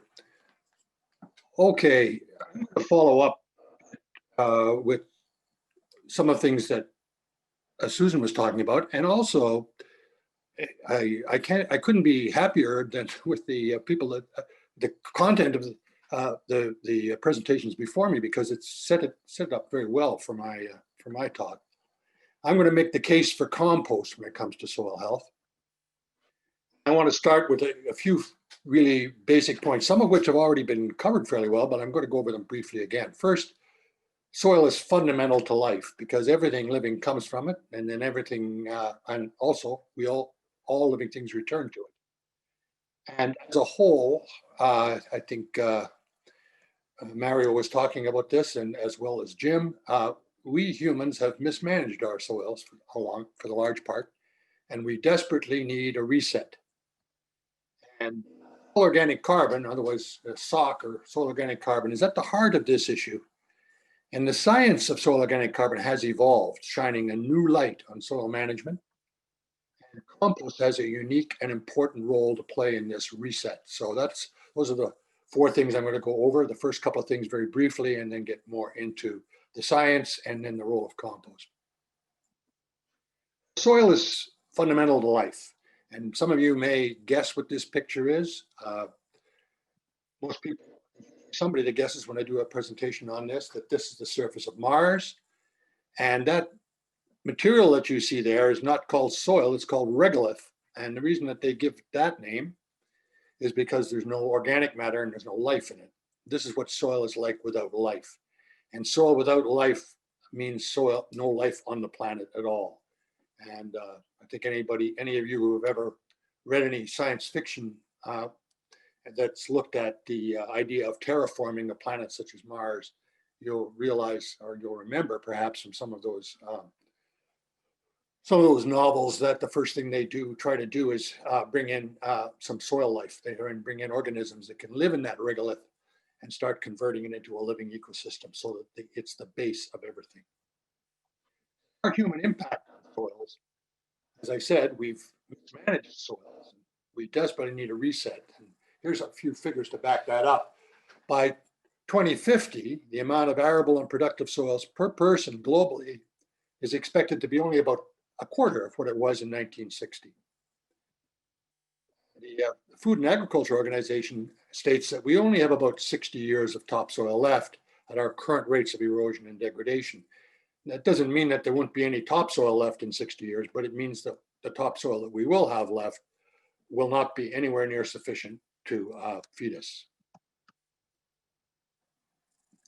We've lost, in addition to this, from a climate change perspective, we've lost about 135 billion tons or gigatons of carbon since the advent of agriculture, largely due to the plow, and in more recent years to a lot of the other things we've been doing to our soils.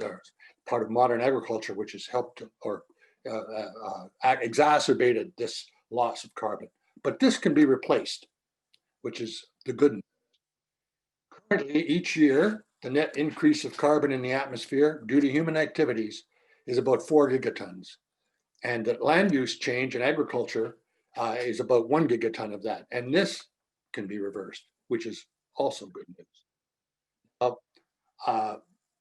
Mario showed this slide before, so I won't spend a lot of time on it, but this is the graph showing where we stand in, or the map showing where we stand in Canada, with the increases out west, the BC area being mostly no change or moderate decrease, but Eastern Canada being larger decreases over much of the agricultural land. Now, my next point on this is about the science of soil organic carbon has evolved. And I'm really aware of this because of the project that that we're working on right now that Susan mentioned, and that we're working on with the Soil Conservation Council of Canada. So Jim and I are very much involved in this project, where we've been talking to experts right across the country about soil organic carbon and what we can do to reverse the trend right across the country and have all of our soil managers working to increase it rather than just keep it where it is or lose it. And in talking to particularly to soil scientists, we've learned a lot. And I'm going to give you just a quick little overview here of some of the things that we've learned that are we feel are very, very important going forward with respect to what we need to do. So the science of soil carbon sequestration, or how the soils sequester or hold on to the carbon, has an old version and a new version. I'm going to start with the old version here. With every version, it's of course a question of the carbon gain or loss is the difference between how much carbon comes into the soil and how much carbon leaves again. But the issue here is what we can put more carbon in, but if it doesn't stay in the soil, if it leaves quickly, then we don't gain much, or if anything, or we lose, which we've been doing in Eastern Canada. So what's the role of stability, carbon stability? What makes SOC stable?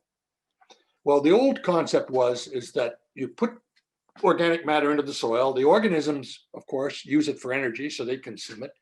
They respire, as we do, so they release CO2, which is carbon, back into the atmosphere, and that's the carbon cycle.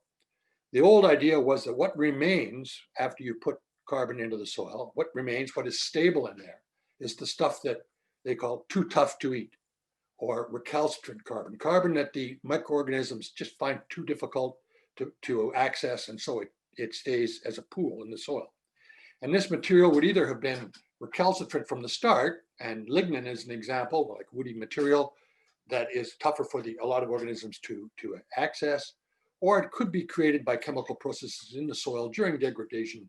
But either way, the idea was if you wanted more carbon in the soil, you wanted to increase your soil organic matter levels, you increase the carbon inputs, and you focus on adding recalcitrant materials as much as possible.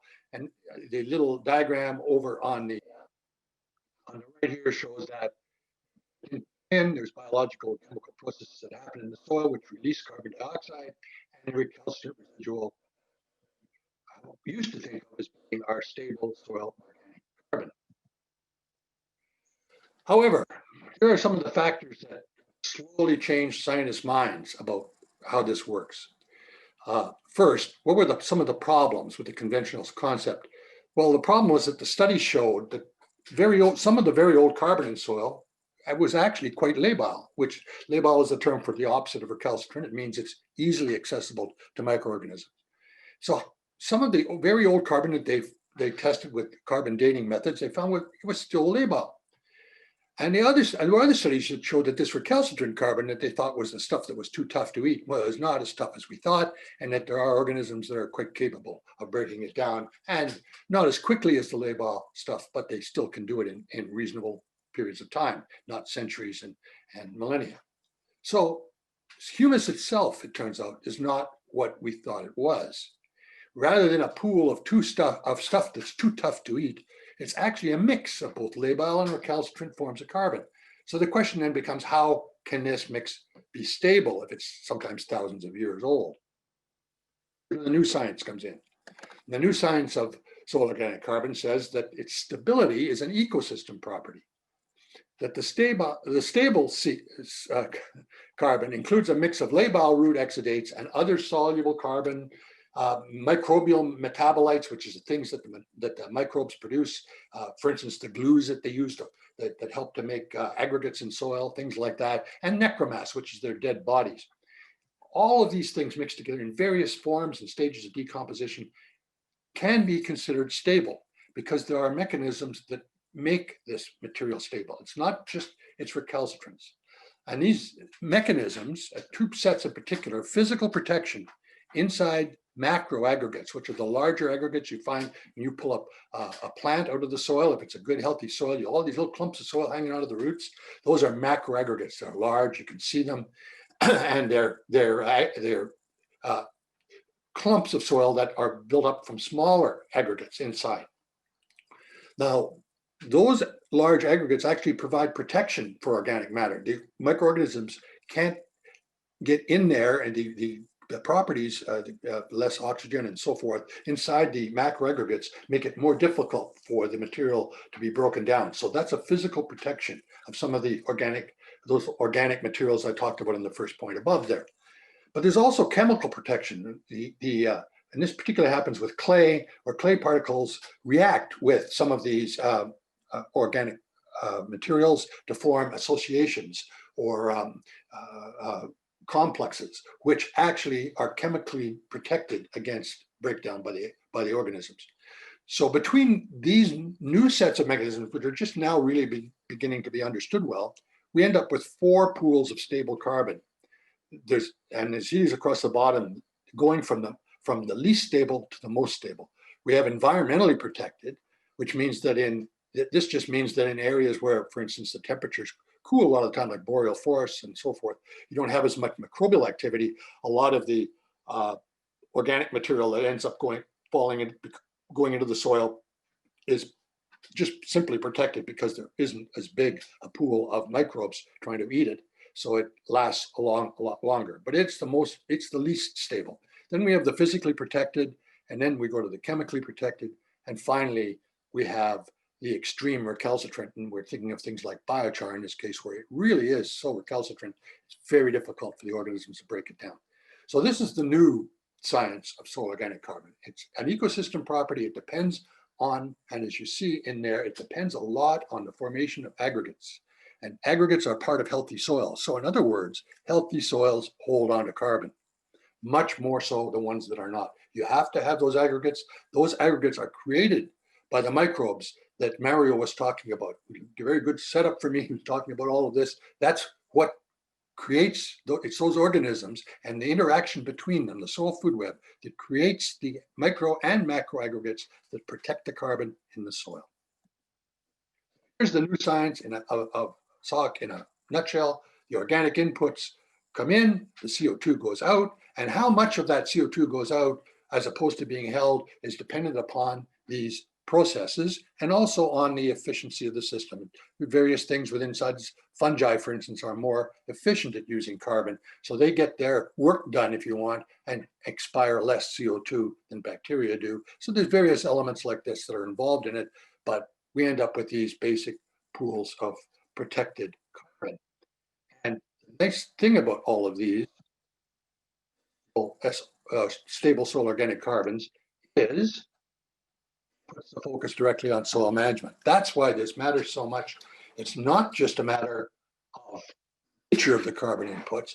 And as Dr. Mario was talking about with the cover crops and seeing the soil organic carbon levels rise, it used to be thought that the material from cover crops would degrade rather rapidly, so would the exudates coming from the roots. But now we're seeing that if we have a healthy soil, which the cover crops help to produce, you will start to see this increase in carbon.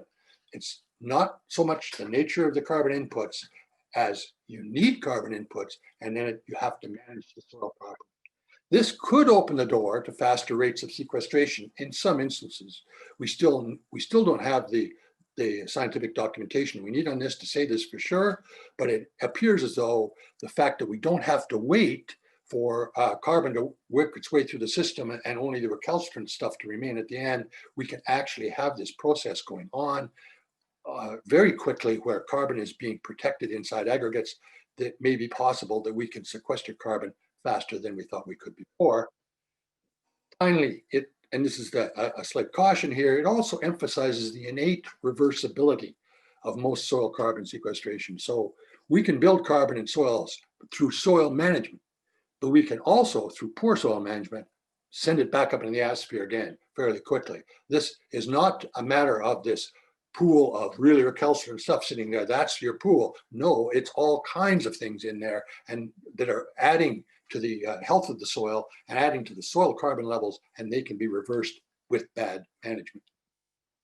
So where does this take us in terms of basic principles for soil health? The way we want to look at it, or we're looking at it in this work that we're currently doing, is that our goal is to maximize soil carbon. It's not that that necessarily maximizes soil health, but you can't have good soil health without having good levels of soil carbon. So, and also from a climate change perspective, we want to get as much in the soil as we can. What objectives come out of that? The objectives that we're seeing coming, or we think come out of that, are twofold now. And this is where the science really makes the difference. It's not just managing carbon flows optimally. Yes, you have to do that. The more carbon you get in, as we've heard already, Mario was talking about the soil principles, which I'm going to talk about again here in a minute, of getting more carbon into the soil. That's important, but we also have to protect and enhance the soil food web, because that's where we'll get the stability of the carbon and the soil health that comes from that. So coming out of these two objectives are these principles, which are very similar to the ones that Mario showed. As a matter of fact, they're almost identical. We just played around with them a little bit. We didn't put in animal integration in here simply because from our perspective, looking at this broader than just agriculture, we're not likely to get animal integration into turf situations, at least not yet, managing turf and home gardens and that type of thing. So we look at that more as a practice, and the principles being keep live roots in the ground as much as possible because they feed the microorganisms, they cover the soil, minimize soil disturbance because we know that that allows too much oxygen, lets the decomposers get at your breaks up those aggregates and lets the decomposers get in and you lose your carbon. And it also breaks the fungal hyphae, which the mycorrhizae that Mario was talking about don't survive with soil disturbance. Then I'm going to skip the middle one for a second and go on to the last two. Promulgate diversity. That's diversity both above and below ground, and that's important. And the two are related. If you've got diversity above ground, you'll eventually get more diversity below ground and vice versa. And finally, ensure the soil remains covered. You've got to keep a cover on it, whether it's a growing plant or it's mulch of some kind or plant residues, in order to protect it from extremes of weather. Now, the one that we've been playing around a little bit, we haven't really come to for our final report, what we're going to use here as the principle, but for the moment, we're saying use amendments and inputs optimally. And that means that understand what value they bring. And whether these are amendments such as compost and manure and inputs such as synthetic fertilizer and crop protection products. You need to understand their benefits and understand some of the problems that they can create if not used optimally, because soil health depends on these things being used optimally. So what's compost's unique role in this soil management reset?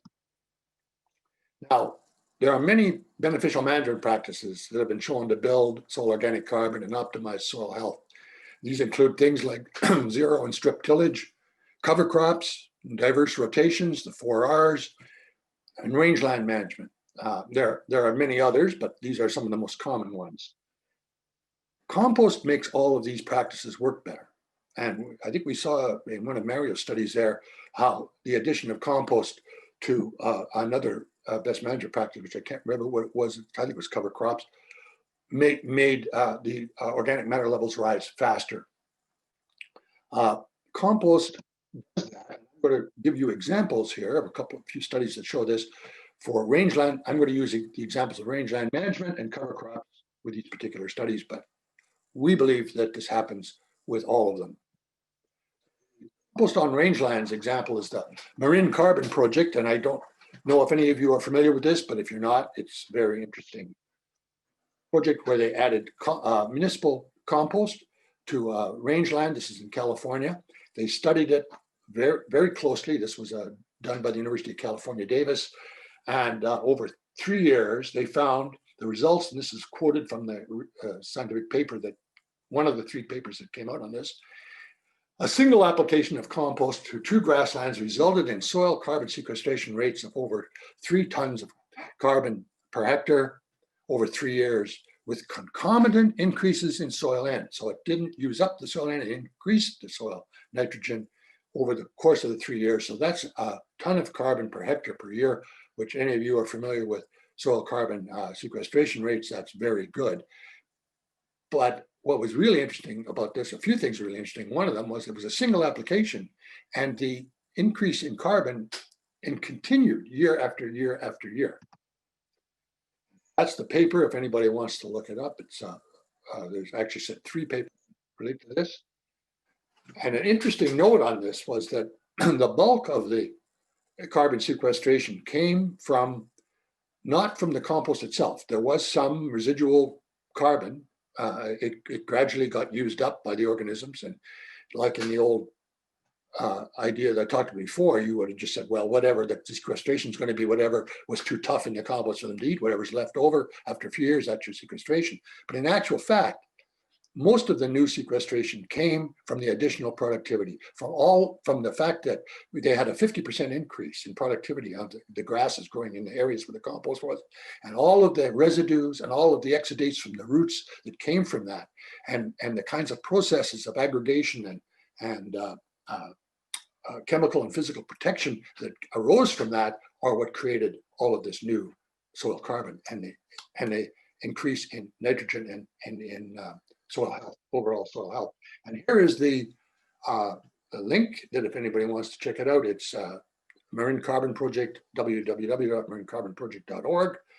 That project is continuing. It was done for 3 years, but it ended up being a permanent project. There's an organization that is leading it now. They're doing further research. They're helping farmers to do this. It's a very good project. But here's another study that illustrates some of the same ideas. This was done also in California, and this is the paper, if anybody wants to look it up, which just came out 2019 in Global Change Biology. And they looked at maize tomato rotations. They actually looked at more than this, but the particular one that I want to look at today is maize and tomato rotations in California. And this was over 19 years. These pilot project was carried out. And what they did that was very different from a lot of studies is they measured down to 2 meters in depth. They didn't just look at the top 30 centimeters or even the top meter. They went down to 2 meters in depth. What they found was that the cover crops, when compost was added in an organic system, they cover crops with compost, that the soil organic carbon increased by 21.8 tons of carbon per hectare across a 2 meter profile. Now that's, if you divide that 21.8 by 19, you'll see that's pretty damn close to what the last one I just told you about, was one ton per hectare per annum. So that's what they got by combining cover crops and compost in an organic system over 19 years.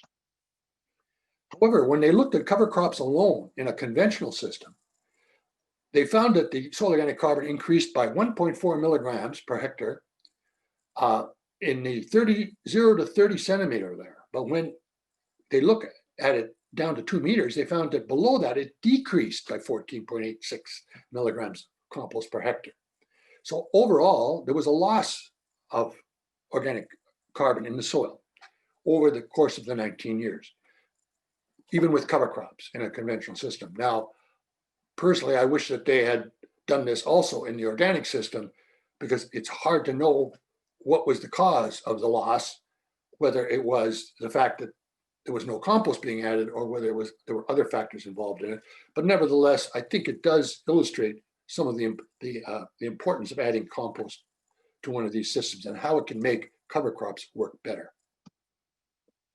So, just a little point here on the side, the annual increase of carbon was 0.07%, which exceeds the target of the 4 per thousand initiative, which is an initiative started by the government of France, where they're trying to get people to commit to increasing their soil carbon stocks by 0.04%, with the overall target of having a significant impact on the amount of carbon going into our atmosphere, holding the fort, so to speak, until we can switch over to renewable sources of energy.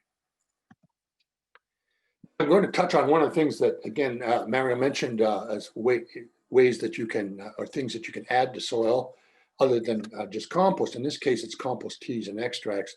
And I want to use the example of a farm in southern Saskatchewan that's operated by Derek and Tanis Axton, 6,000 hectare. I think actually that's 6,000 acres, my mistake. I meant to change that and forgot. Anyway, it's a sandy clay loam soil, low precipitation. They grow small grains, but they lots of diversity.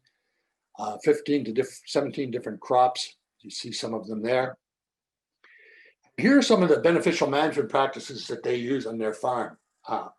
They're virtually no-till, low disturbance seeding. They've used cover crops for quite some time now.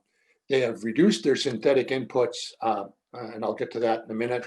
They're using compost extracts, which I'll also talk about in a minute, and tea and minerals. They're intercropping, which means they grow 2 or more crops at the same time on the same field. They use diverse rotations with companions. They do integrate livestock, although they have none themselves. They have an arrangement with a neighbor where they can bring livestock on to eat their cover crops.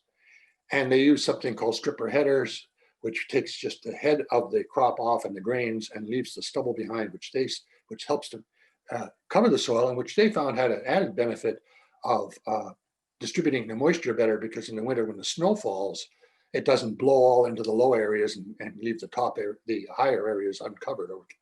So they get a much better moisture distribution in the spring. Well, what are the impacts of all of these beneficial management practices with compost? And they make their own compost. You see the compost turner they have in their side. They've increased soil organic matter by 1% over the past 10 years. And that may not seem like a lot. That's not using the same figures as these 4 per thousand, which is, it's not a 1% increase of their existing stock. This is going from 2% to 3% or 4% to 5%. It's an actual 1% increase, which is very significant.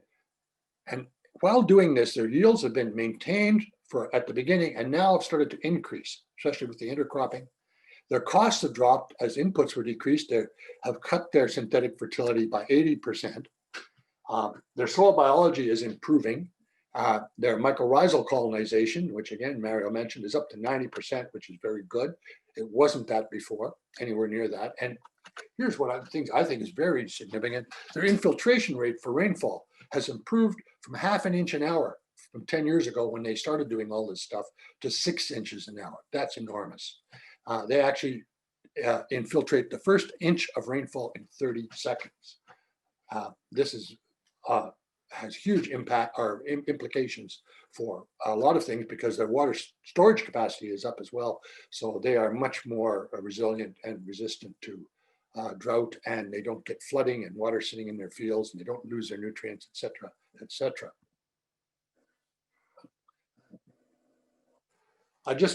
Before I go on to talk about the takeaways from what I've been talking about today, I want to mention the fact that about their compost, because this is after all about compost.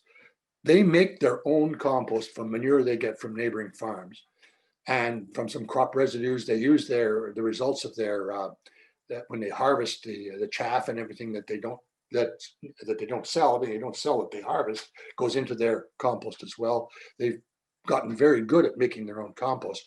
But what Tanis Axton does is she has learned how to use a microscope. She took Elaine Ingham's course, so she has a microscope on their farm, and she goes around to the different windrows and takes samples and looks at them under the microscope and chooses the ones that seem to have the most diversity of microorganisms. And what they do with that is they make a compost extract. They take that best of their compost and they make an extract, which is just basically putting in a system that we're using pressure, water, and motion and so forth to extract the microorganisms into a liquid form. And they dribble that extract in with it when they put their seeds down in the spring. So the idea with this is that all those beneficial microorganisms, which the plant is going to want to form associations with, the plant roots formation will be right in the furrow with the seeds. So when those seeds sprout, they will have the advantage of all of those microorganisms with which to form beneficial associations. They've been very happy with this. This is a way to get the value of their compost over 6,000 acres. They can't make enough compost to put on in significant quantities over 6,000 acres. They do use their compost on some areas, the areas that need it the most. But this way they can take the best compost, turn it into liquid extract, which they can put on in small quantities, but right where the plant is going to need it the most.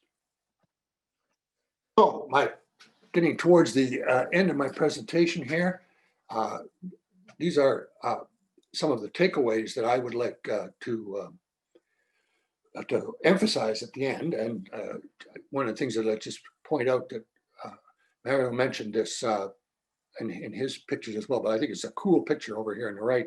This is a nematode trapping fungus. It's a fungus that actually sets up little traps, and as the nematodes are sniffing around a plant root, these are the plant feeders, they get themselves entangled in these loops, and then the fungus snaps shut, almost like a insect-eating or carnivorous, insectivorous plant. It clamps shut, traps the nematode, and gradually kills it, sucking the life out of it using its nutrients. Healthy soils have larger fungal populations and more diverse fungal populations. And these diverse fungal populations can really help keep pests under control. It's a perfect example on the right. So my takeaways. Compost is a good tool for building soil organic carbon. This has been demonstrated over and over and over again. And it's also good for improving soil health. We have lots and lots of evidence now. What we need more evidence on is how best to use it, how best to combine it with other practices, that sort of thing. We know it's best used in conjunction with the soil health beneficial management practices. If synergy improves the results overall for everything. It's compost supply issues, and because when we really think about it, if we had all of our farms wanting to put compost on, we just wouldn't be able to produce enough compost. But this can be alleviated through the use of compost extracts and teas. And finally, I'd like to throw this out there to everybody because I think this is an important point. We need to look at how compost or compost extracts or teas can be used with synthetic fertilizers in a partnership to optimize nutrition and soil health at the same time, because we know that the synthetic fertilizers provide nutrients that the plants need. The compost can provide the microorganisms that can utilize those or feed those nutrients to the plant in a more organic form. So they'll take up the fertilizer, and then as the plant, as Mario was talking about, as the plant feeds them, these organisms that it's partnered with in its root system, the predation will release the nutrients once again right in the root zone. So it minimizes loss of the fertilizer, and it keeps the other organisms happy rather than not having a use for them. If the plant doesn't need them, it won't feed them. So we want to, I think there's a lot of potential here for partnerships between compost and the use of synthetic fertilizers. And I think I'm finished. Thanks very much. Okay, Suzanne. Oh, there. Thanks. That was actually really interesting presentation. I appreciated your comment there with regards to how carbon inputs are only or can be second to the actual management of soil and the importance of soil management, and also the contribution that compost can make to the best practices and the enhancements from best practices in soil management.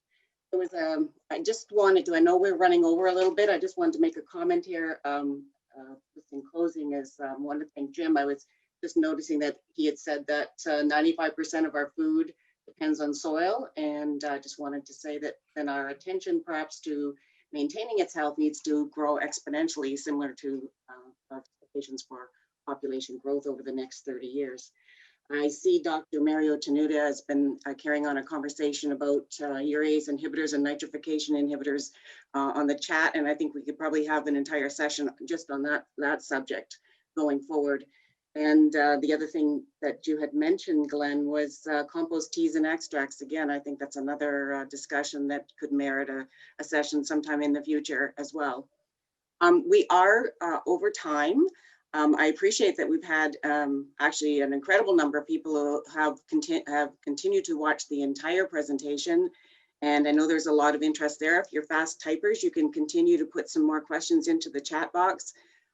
If you don't have a chance to get your question into the chat box, you can send your questions directly to Alison Watcher at Fertilizer Canada, and we will do our best to make sure that some type of response or answer is provided, and also will be posted for everyone else to see as well. And just as some housekeeping, I wanted to thank then all of our presenters, Dr. Mario Tenuta, Jim Tokorchuk, and Susan Antler, and Glenn Monroe. And I just want to remind everyone that we have a number of sessions still coming up, with our next CPF session being on products and emerging trends on October 29th. So if you haven't registered yet, you may want to. I think this one has on soil health has been an example of just how interesting these presentations and what a great opportunity this is with this Zoom for so many more people to actually participate and hear these messages. And there's a slide for you letting you know all the different types of presentations that we have coming up and the dates of those presentations. So at this point then, I wanted to thank again everybody, and of course Fertilizer Canada and FSAC, and all those who participated. And I guess that's the end of this session. Thank you very much.